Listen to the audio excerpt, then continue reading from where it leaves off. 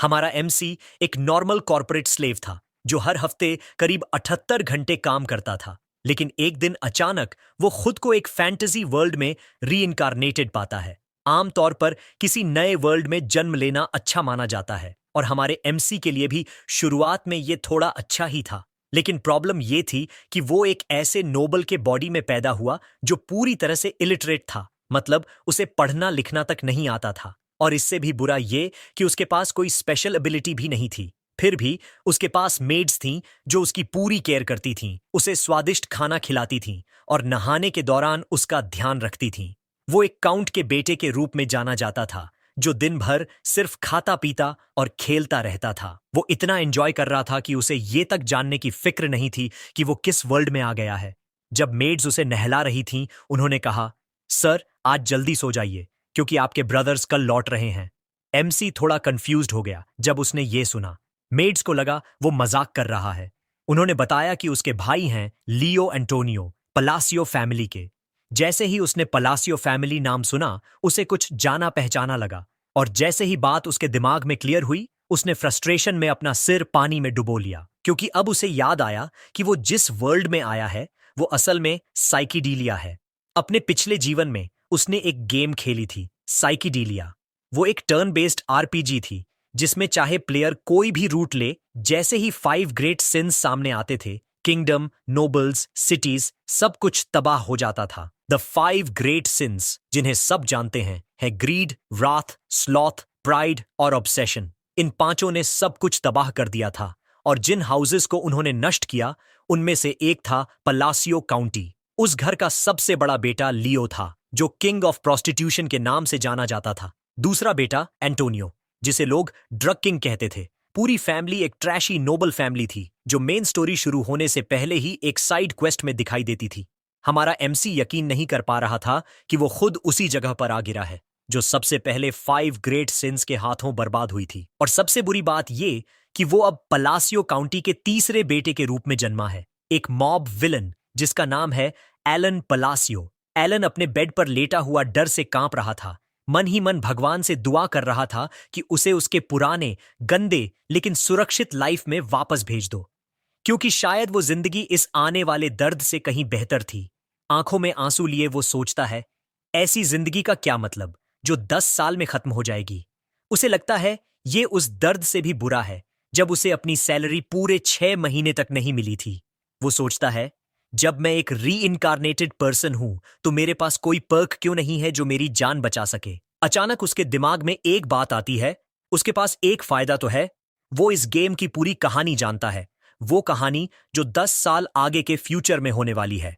Video में आगे बढ़ने से पहले मैं आपको बताना चाहता हूं कि पर्क का मतलब है कि नए जीवन में पैदा हुआ तो मुझे कोई एक्स्ट्रा पावर या स्पेशल एबिलिटी क्यों नहीं मिली जो मेरी जान बचा सके। उसके लिए यह बात तो ऑलमोस्ट फ्यूचर जानने जैसी ही है, क्योंकि जब वो पहले से सब कुछ जानता है तो उसे लगता है कि वो इस तबाही के कारणों को उसके होने से पहले ही खत्म कर सकता है। यही सोचकर वो डिसाइड करता है कि वो 5 ग्रेट सिंस को बदलने की कोशिश करेगा ताकि वो एक पीसफुल और नोबल लाइफ जी सके। आखिर वो सब इस वक्त सिर्फ बच्चे ही तो हैं, तो उसे लगता है कि उन्हें सुधारा जा सकता है। इस डिसीजन के 2 महीने बाद उसे अपने पर्सनल नाइट याबान से ऑफिस में मुलाकात होती है। याबान उसे बताता है कि उसने कुछ ऑर्फन्स को बचाया है और उन्हें उसी ऑर्फनेज में रखा है जहां एलन ने उसे भेजा था। उन बच्चों में एक लड़की भी थी जिसका नाम था यूतिया। ये सुनकर एलन बहुत खुश होता है और उसे यकीन हो जाता है कि याबान सच में केपेबल है। याबान थोड़ा कंफ्यूज्ड हो जाता है कि उसे कॉम्प्लीमेंट मिला है या नहीं, क्योंकि एलन के चेहरे पर कोई इमोशन नहीं दिखता। एलन भी मानता है कि हाँ, उसका फेस अब एक्सप्रेशनलेस हो गया है और वो एक डेस्परेट स्माइल देने की कोशिश करता है, लेकिन वो भी उसे और ऑकवर्ड बना देती है।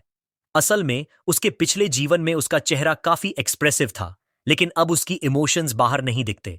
फिर भी याबान मुस्कुराकर उसका शुक्रिया अदा करता है। असल गेम में बिट्रेयल बहुत कॉमन थी, लेकिन याबान एक ऐसा rare top tier supporting character था जो कभी अपने मास्टर के साथ धोखा नहीं करता था। एलन ने जैसे ही उसे पाया, बिना किसी हेजिटेशन के उसे अपना नाइट बना लिया। फिर याबन कंफर्म करता है कि जो रेड हुई थी वो यूतिया को बचाने के लिए थी और एलन जवाब देता है हाँ। अब याबान को आखिर समझ आता है कि एलन को यूतिया में इतनी इंटरेस्ट क्यों है, क्योंकि वो खुद कई सालों से एक मर्सिनरी रहा है, लेकिन उसने कभी भी यूटिया जैसी लड़की नहीं देखी थी। वो कोई ऑर्डिनरी बच्ची नहीं थी, वो काफी स्ट्रांग थी। फिर भी याबान ये सोचने पर मजबूर था कि अगर वो इतनी ताकतवर है तो उसने खुद को इतनी आसानी से कैप्चर होने क्यों दिया। एलन फिर पूछता है कि याबान ने उस लड़की को एस्टेट में क्यों नहीं लाया, वहां रखना आसान होता। वो याबान की ऑब्जर्वेशन की तारीफ करता है, लेकिन भले ही ऐसा लगे कि वो उसकी पावर को वेस्ट कर रहा है, असल में उसे ऑर्फनेज में छोड़ना एलन की प्लान का हिस्सा था। क्योंकि यूतिया ब्लूदिया दरअसल ग्रोटेस्क ब्लड ट्राइब की मेंबर थी, एक ऐसी जाति जो अपनी ताकत एक अनोखी दूसरी डिमेंशन के बीइंग से हुए कॉन्ट्रैक्ट से हासिल करती थी। आगे चलकर यूटिया बड़ी होकर 5 ग्रेट सिंस मतलब हीरो में से एक बनी, सिन ऑफ रॉथ। उसे एक ऐसा टाइटल दिया गया था जिससे वो किसी मॉन्स्टर जैसी लगती थी, एक ऐसा मॉन्स्टर जिसने सैकड़ों लोगों की जान ली थी। लेकिन अगर वो शांति से बड़ी होती तो वो उस डिस्ट्रक्शन में कभी हिस्सा नहीं लेती। एलन के लिए इसका मतलब था कि उसने पहला लैंडमाइन हटाने में कामयाबी पा ली, लेकिन क्योंकि वो अपना असली रीजन नहीं बता सकता था, उसने याबन को एक फेक रीजन दे दिया, एक बेवकूफी भरा कारण जिस पर याबन ने यकीन भी कर लिया। एलन ने कहा कि अभी सही टाइम नहीं आया है, और उसने याबन को आदेश दिया कि कोई और इस बात को न जाने जो वो दोनों कर रहे हैं। साथ ही उसने कहा कि ऑर्फनेज को जो भी जरूरत हो वो सब याबान वहां पहुंचाए। एलन फिर याबान को एक लेटर देता है और कहता है कि इसे यूतिया को पहुंचा देना। याबान पूछता है, क्या ये लेटर इंपॉर्टेंट है? तो एलन जवाब देता है, हाँ, ये एक ऐसा लेटर है जो यूतिया को वहां एडजस्ट होने में हेल्प करेगा। एलन को लगता है कि ये लेटर उसे थोड़ा काल्म डाउन करने में काम आएगा, क्योंकि उसने पहले बहुत हार्श ह्यूमन एक्सपेरिमेंट झेला है। याबन ये सुनकर इंप्रेस हो जाता है कि उसका मास्टर खुद से लेटर लिख रहा है, और वो वादा करता है कि इसे सेफली पहुंचा देगा। भले ही एलन को नहीं पता कि वो लेटर सच में यूतिया को शांत कर पाएगा या नहीं, लेकिन उसे लगता है पहले कोशिश तो करनी ही चाहिए। असल में उसने लेटर में कुछ स्वीट बातें लिखी हैं और उनके बीच एक असली मैसेज छिपाया है। ये वही मैसेज था जो उसने गेम को कई बार रिप्ले करते हुए सुना था, एक आर्च बिशप का कॉल्मिंग मैसेज जो सिन ऑफ रॉथ वाले हिस्से में मदद करता था। लेकिन गेम में यह मैसेज बहुत देर से आता था। एलन को लगता है कि अगर वो ये मैसेज यूतिया को जल्दी भेज दे तो शायद वो सही रास्ते पर चली जाए। एलन खुद यकीन नहीं कर पा रहा था कि वो एक मॉन्स्टर को दोस्त बनाने की कोशिश कर रहा है, लेकिन क्योंकि वो लोग दूसरी दुनिया के बीइंग की पूजा करते हैं, उसे लगता है कि ये तरीका शायद काम कर जाए। जब यूतिया को लेटर मिलता है, वो कुछ पल के लिए उसे पढ़ती है, और उसी वक्त याबान को उसके बॉडी से निकलती भारी मैजिकल पावर महसूस होती है। वो पावर इतनी इंटेंस थी कि लगभग अब्सर्ड लग रही थी। यूटिया एक स्ट्रेंज बच्ची थी, पूरी तरह से इमोशनलेस। वो याबान से पूछती है, क्या सच में ये लेटर एलन ने ही भेजा है? डर से कांपते हुए याबान जवाब देता है, हाँ। तभी यूतिया से एक टेरिफाइंग ऑरा निकलती है और वो पूछती है, एलन खुद क्यों नहीं आया? याबान हैरान रह जाता है, क्योंकि ये बच्ची इतनी कम उम्र में ही पीक लेवल तक पहुंच चुकी है। उसकी माना आंखों से दिखाई देने लगी थी। वो धीरे से जवाब देता है, एलन ने कहा है कि अभी सही टाइम नहीं आया। ये सुनते ही यूतिया धीरे धीरे शांत हो जाती है, और इसका कारण वो हिडन मैसेज भी था जो एलन ने लेटर में डाला था। यूतिया समझ जाती है कि वो मैसेज सिर्फ वही जान सकता है जो सच में उसका मास्टर बनने के लायक है। यूतिया अब एक हंसमुख चेहरा और ओवरवेलमिंग ऑरा के साथ खड़ी होती है। वो कहती है कि अब आखिरकार उसे अपने मास्टर की इच्छा समझ आ गई है। उधर एलन अपने बेड पर लेटा हुआ सोच रहा होता है कि वो अगली टारगेट पर्सन को कैसे ढूंढे जो उसकी छोटी सी जिंदगी को थोड़ा और लंबा करने में मदद करे। कुछ समय बाद एलन लाइब्रेरी में बैठा होता है। वो तीसरे सिन के बारे में क्लूज ढूंढ रहा होता है। तभी अचानक याबन कमरे में भागते हुए आता है और बताता है कि उसने दूसरे सिन को भी रेस्क्यू कर लिया है, वही जिसके बारे में एलन ने पहले बताया था। हालांकि याबान बहुत थका हुआ दिख रहा था, फिर भी एलन तुरंत पूछता है, क्या तुमने उस बच्चे के साथ ठीक से बर्ताव किया? याबान सिर झुकाकर जवाब देता है, हाँ, जैसा आपने कहा था, मैंने सब वैसा ही किया।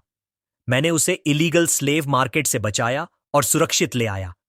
तभी अचानक एलन का बेकार बड़ा भाई टोनियो कमरे में घुस आता है। वो आते ही एलन को फुटमैट की तरह यूज करता है। वो हैरानी से कहता है, वाह, कोई इतना डल इंसान भी किताबें पढ़ने लगा। एलन चुप रहता है, लेकिन इससे टोनियो और गुस्से में आ जाता है। वो चिल्लाता है, जब बड़े तुमसे बात कर रहे हैं तो जवाब दो, गूंगे।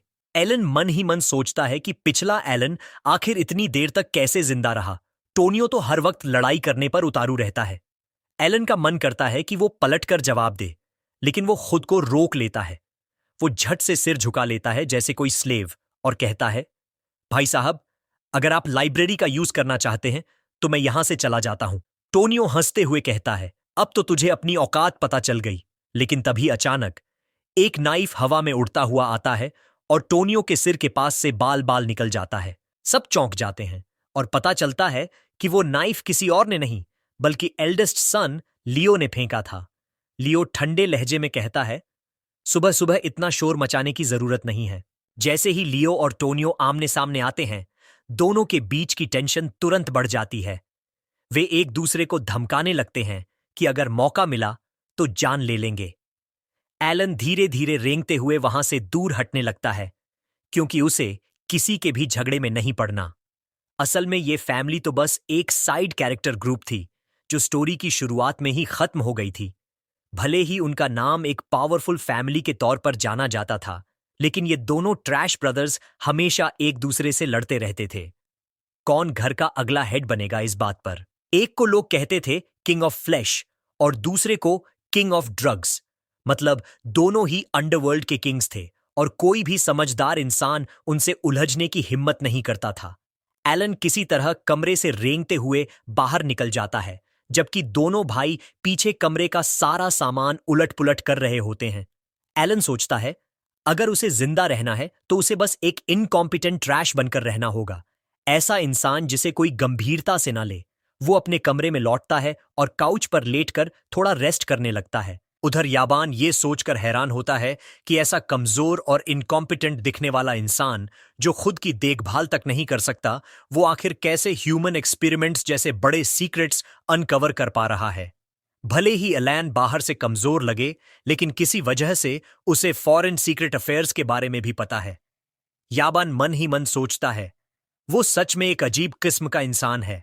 और जिन बच्चों को याबान ने रेस्क्यू किया था, उनमें से आखिरी बच्चा तो इतना डेंजरस था कि उसकी पावर्स वर्ल्ड एंडिंग लेवल की मानी जाती थी। वो बच्चा दरअसल कैलन किंगडम में पाए गए एक इलीगल स्लेव मार्केट से बचाया गया था, और इसी के साथ अलेन ने दूसरी सिन डेइस को भी रेस्क्यू कर लिया। डेइस को जब गुलामी में बेचा गया था तो उसके साथ बहुत बुरा बर्ताव हुआ, उसे बार बार बेचा और सताया गया। इसी वजह से वो धीरे धीरे बदल गया और सिन ऑफ स्लॉथ यानी 5 बड़ी सिन्स में से एक बन गया। जब डीस पूरी तरह टूट गया तो उसने अपने गुस्से में कई किंगडम्स को तबाह कर दिया, इतनी भयानक तरह से कि उसे देखकर ज्यादातर प्लेयर्स तक डर गए थे। उसकी क्रूरटी इतनी एक्सट्रीम थी कि किसी ने सोचा भी नहीं था कि कोई इंसान ऐसा कर सकता है। इसी खतरे को समझते हुए अलेन ने याबान से कहा था कि वो डीस के साथ बहुत जेंटल तरीके से पेश आए। तभी याबान ने पूछा कि जो लेटर अलेन ने यूतिया को भेजा था, क्या वो इसी बच्चे के बारे में था? अलेन ने हां कहा। उस लेटर में सिर्फ इंपॉर्टेंट मैसेज ही नहीं था, बल्कि उसके अंदर कुछ एक्स्ट्रा सीक्रेट इंफॉर्मेशन भी थी। उसमें अलेन ने यूतिया से कहा था कि वो उस बच्चे का ख्याल रखे, क्योंकि वो बहुत कमजोर और टूटा हुआ है। और जैसे उसके मास्टर ने कहा था, यूतिया ने वही किया। वो डेइस के पास गई, उसके टूटे हुए दिल और डर को शांत करने की कोशिश की। धीरे से बोली कि उसे एक महान व्यक्ति ने चुना है, और अगर वो पूरी वफादारी से अलेन की सेवा करेगा तो उसे उन सब लोगों से रिवेंज मिलेगा जिन्होंने उसके साथ बुरा किया था। यूतिया की मदद से डेइस ने अपनी पावर फिर से जगाई, लेकिन इस बार उसे कंट्रोल में रखा। दूसरी तरफ अलेन परेशान था। उसे अब तक नहीं पता था कि तीसरा बॉस कहां है। तभी अचानक याबान कमरे में घबराया हुआ दाखिल हुआ और बोला, सेकंड सन टोनियो मर चुका है। ये खबर सुनकर एलन सच में हिल जाता है, क्योंकि टोनियो को अभी मरना नहीं चाहिए था। थोड़े ही समय में टोनियो की फ्यूनरल रखी जाती है, लेकिन हॉल के अंदर उनका फादर लड़कियों के साथ मजे में दिखता है, जैसे अपने बेटे की मौत से उसे कोई फर्क ही ना पड़ा हो। दूसरी तरफ एलन को यह बात बहुत सस्पिशियस लगती है, क्योंकि टोनियो की मौत एक्सीडेंटल फॉल से नहीं हुई थी। कम से कम गेम में तो ऐसा नहीं था। गेम में तो लियो को टोनियो को मारने में काफी स्ट्रगल करनी पड़ी थी, लेकिन इस बार एलन साफ देख सकता है कि लियो अपने भाई के डेड बॉडी पर हंस रहा है। फिर भी एलन सोचता है कि उसे बस 5 ग्रेट सिंस को एक एक करके हैंडल करना है। यही उसका मेन गोल है।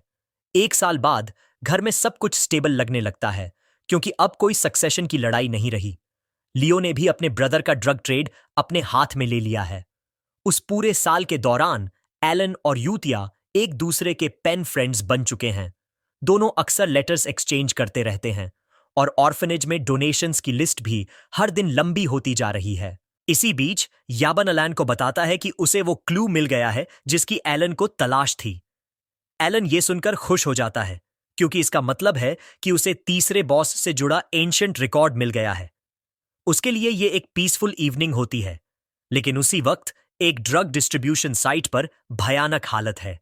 लियो के अंडर काम करने वाले 2 हाई रैंकिंग ऑफिसर्स वेयरहाउस पहुंचते हैं। वहां उनका पूरा स्टाफ अपने ही खून के तालाब में डूबा पड़ा होता है। जो कुछ लोग अब भी जिंदा होते हैं वो ऐसे बिहेव करने लगते हैं जैसे किसी और ने उनके बॉडी पर कंट्रोल कर लिया हो। वो खुद ही अपने गले में नाइफ घोंप लेते हैं। इतना हॉरिफाइंग सीन कि देखकर रूह कांप जाए। दोनों ऑफिसर्स भी कुछ देर में वही हाल झेलते हैं जो उनके साथियों का हुआ था। असल में इस पूरी घटना के पीछे डियस था और उसके साथ यूटिया उसकी देख रेख कर रही थी।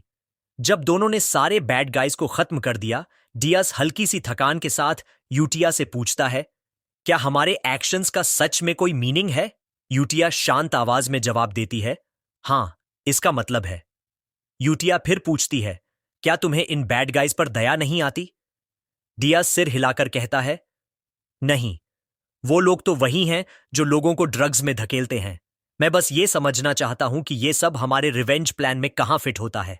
यूतिया मुस्कुराती है और कहती है, ये सब हमारे मास्टर की वापसी की तैयारी है और जब वो लौटेंगे हम उनके थ्रोन को बिखरा हुआ नहीं छोड़ सकते। डियास को आखिरकार समझ आता है कि यूतिया अब तक उसे क्या सिखा रही थी। सीन से निकलने से पहले दोनों वेयरहाउस को पूरी तरह उड़ा देते हैं और जमीन पर एक ब्लू मून का निशान छोड़ जाते हैं। वो खुद को ब्लू मून कहते हैं, जो है अलेंग की तलवार। 1 साल और बीत जाता है। सब कुछ पहले से ज्यादा स्मूथ चल रहा है।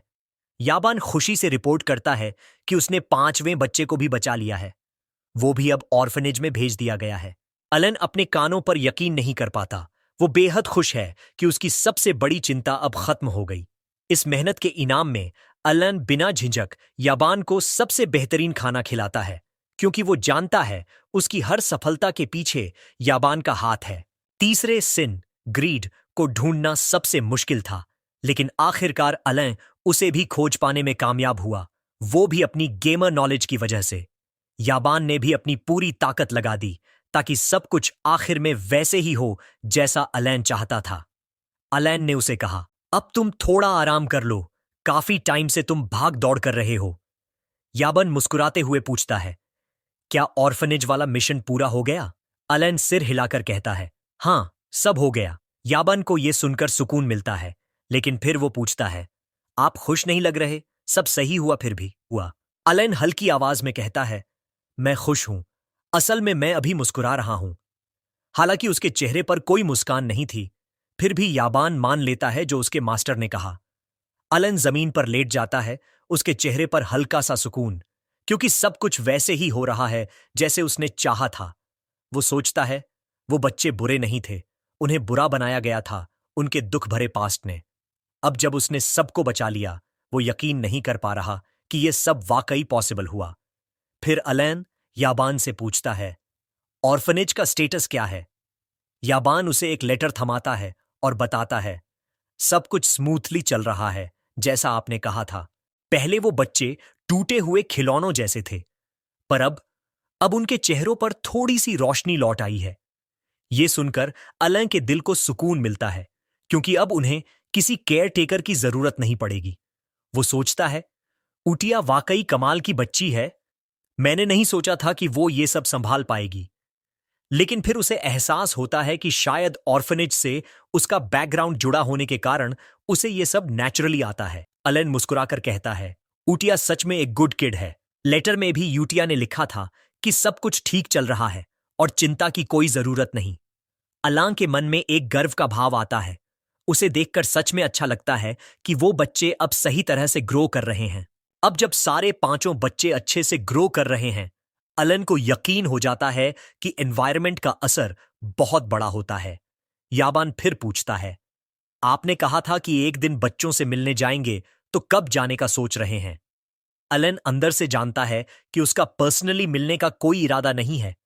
वो जानता है कि अगर वो उनसे फेस टू फेस मिले तो शायद रिश्ता और गहरा हो जाएगा, लेकिन उसे उनके असली पर्सनैलिटीज से डर लगता है। वो वही हैं जो उसने गेम में देखी थीं। फिर भी वो सोचता है, चूंकि मैंने उन्हें उनके अवेकनिंग से पहले बचा लिया था, तो शायद सब ठीक रहेगा। अलेन झूठ बोलता है और कहता है, शायद फ्यूचर में किसी दिन मिल लूंगा। अब जबकि रेस्क्यू पूरा हो चुका है, अलेन को लगता है कि अब समय है कुछ सेल्फ डिफेंस स्किल्स सीखने का, क्योंकि मैजिक सीखने के लिए सिर्फ टैलेंट चाहिए और वो उसके पास है। तभी याबान पूछता है, क्या आपने ब्लू मून के बारे में सुना है? अलेन सिर हिलाता है, नहीं। तो याबान समझाता है, वो एक ग्रुप है जो हाल ही में मशहूर हुआ है क्योंकि वो क्रिमिनल ऑर्गेनाइजेशंस को खत्म कर रहा है। अलेन हंसते हुए कहता है, मतलब कचरा साफ कर रहे हैं? तो इसमें दिक्कत क्या है? क्योंकि ब्लू मून गेम की स्टोरी में कभी नहीं था। अलेन को लगता है कि यह ग्रुप जल्द ही गायब हो जाएगा। लेकिन याबान फिर चुपचाप कहता है, उन्होंने नोबल्स को भी मार दिया है, इसलिए मैंने सोचा शायद आप उन्हें जानते होंगे। यह सुनकर अलेन चौंक जाता है। वो तुरंत आदेश देता है, याबान, आज से मेरे पास वाले कमरे में सोना।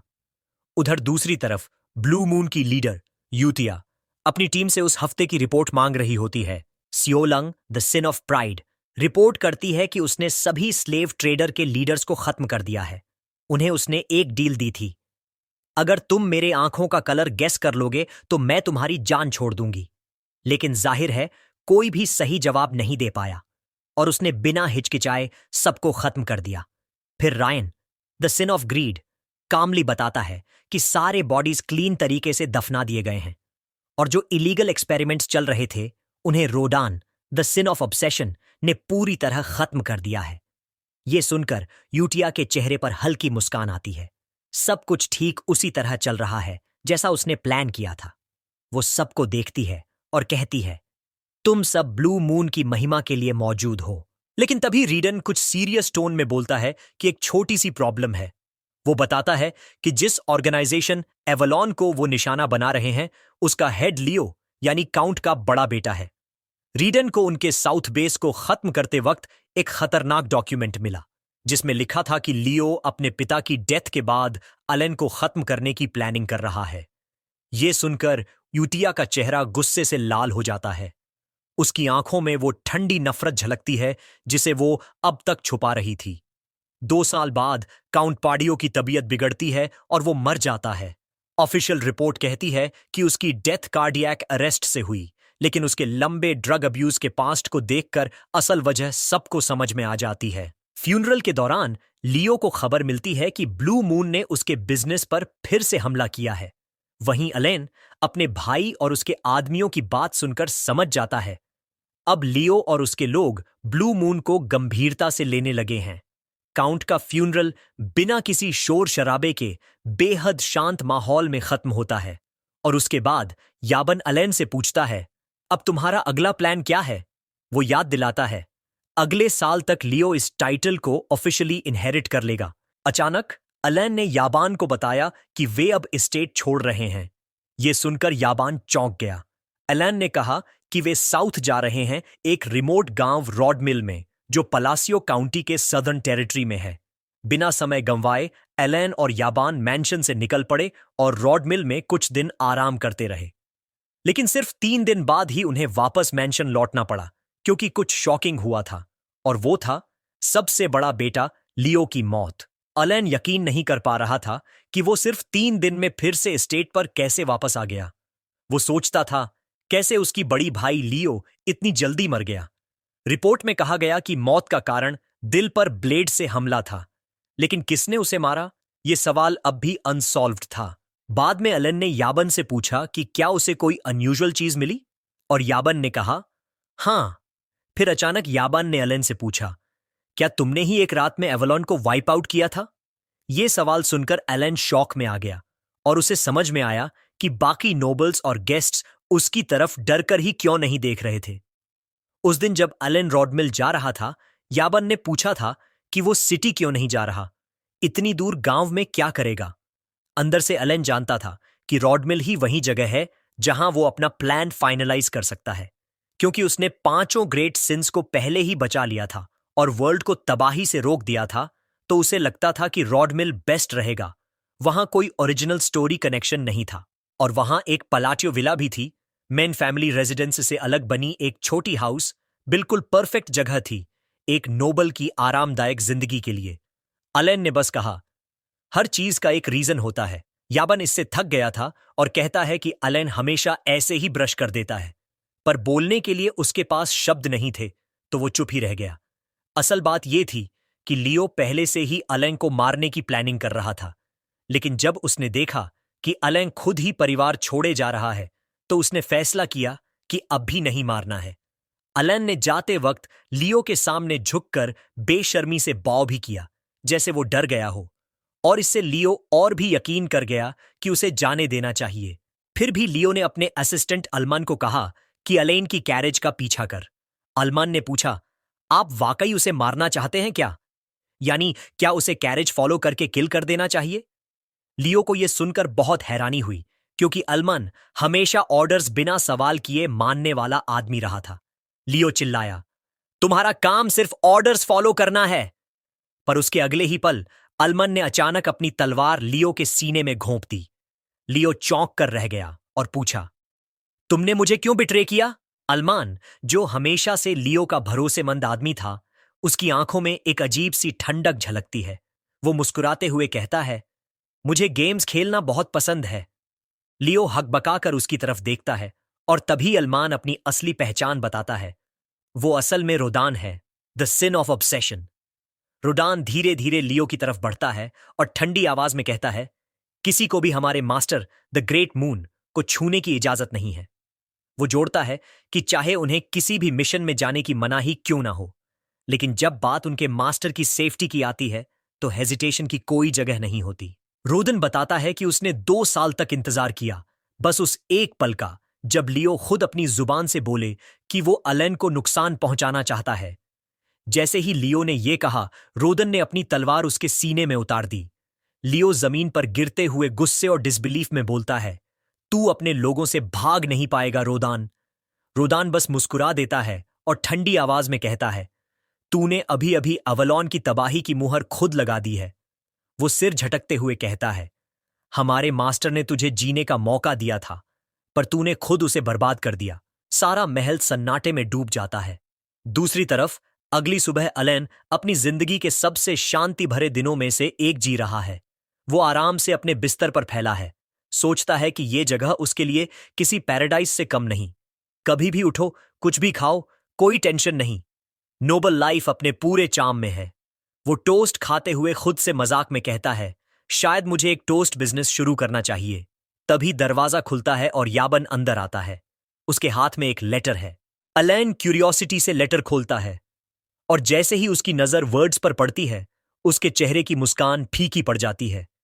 लेटर में लिखा है, तुरंत हवेली वापस आओ, तुम्हारा भाई मर चुका है। अभी जो खाना मीठा लग रहा था, वो पल में कड़वा हो जाता है। अलेन की आंखों में बस शॉक और डिसबिलीफ है, क्योंकि वो जानता है कहानी अब फिर से बदलने वाली है। बस कुछ ही शब्दों में, हवेली तुरंत लौट आओ, तुम्हारा भाई मर चुका है। इन शब्दों ने उसकी वो तथाकथित जन्नत बस 3 दिनों में खत्म कर दी। गम में डूबा अलेन जब हवेली वापस पहुंचा, तो उसे महसूस हुआ कि सब लोग उसे बहुत अजीब नजरों से देख रहे हैं। तभी याबन ने उससे पूछा, आप ये बताइए, आप कब से ऐसे मास्टरमाइंड बन गए जो एवलॉन जैसी ताकतवर ऑर्गेनाइजेशन को मिटा सके? अलेन को अब एहसास हुआ कि वो किसी पागलपन भरे सिमुलेशन में फंस गया है। वो शांत होकर याबन से कहता है, पूरा मामला समझाओ। मैं कब से मास्टरमाइंड बन गया? याबान ठंडे स्वर में जवाब देता है, आप ही एकमात्र व्यक्ति हैं जिसे इस पूरे हंगामे से फायदा हुआ है। जब हम हवेली छोड़कर गए, उसी वक्त लियो की हत्या हुई। इसका मतलब आपके पास एक परफेक्ट एलिबाई है। अब कोई वारिस नहीं बचा, इसलिए आप अपने आप काउंटी के उत्तराधिकारी बन गए हैं। एवलॉन का खात्मा हो चुका है, इसलिए अब कोई भी आपको चुनौती देने वाला नहीं बचा। इन सब बातों को जोड़ो तो साफ है, पूरा खेल आपके हाथ में है, माय लॉर्ड। वो हल्की मुस्कान के साथ खुद पर भी इशारा करता है। और मैं एक सोर्ड मास्टर हूं जो आपके आदेश में काम करता है। अलेन के माथे पर पसीना आने लगता है। वो थक कर बैठ जाता है, गहराई से सोचने लगता है। इतनी बड़ी ऑर्गेनाइजेशन को एक रात में खत्म करने की ताकत किसके पास हो सकती है? फिर अचानक उसे याद आता है, याबान ने पहले कभी एक ग्रुप का जिक्र किया था जो दूसरे अपराध संगठनों का शिकार करता था, ब्लू मून। उसे शक होने लगता है कि शायद वही लोग इसमें शामिल हैं, लेकिन याबान सिर हिलाते हुए कहता है, गिल्ड से मिली जानकारी के मुताबिक ब्लू मून ने इसमें हिस्सा नहीं लिया। वो कभी बॉडीज नहीं छोड़ते, बस अपना सिंबॉलिक मार्क छोड़ जाते हैं। पर अवलॉन के लोग तो तलवार से मारे गए हैं। अलेन अब सब समझ जाता है। लोगों ने उसे मास्टरमाइंड इसलिए माना क्योंकि उसके पास एक ऐसा असिस्टेंट है जो तलवार चलाता है।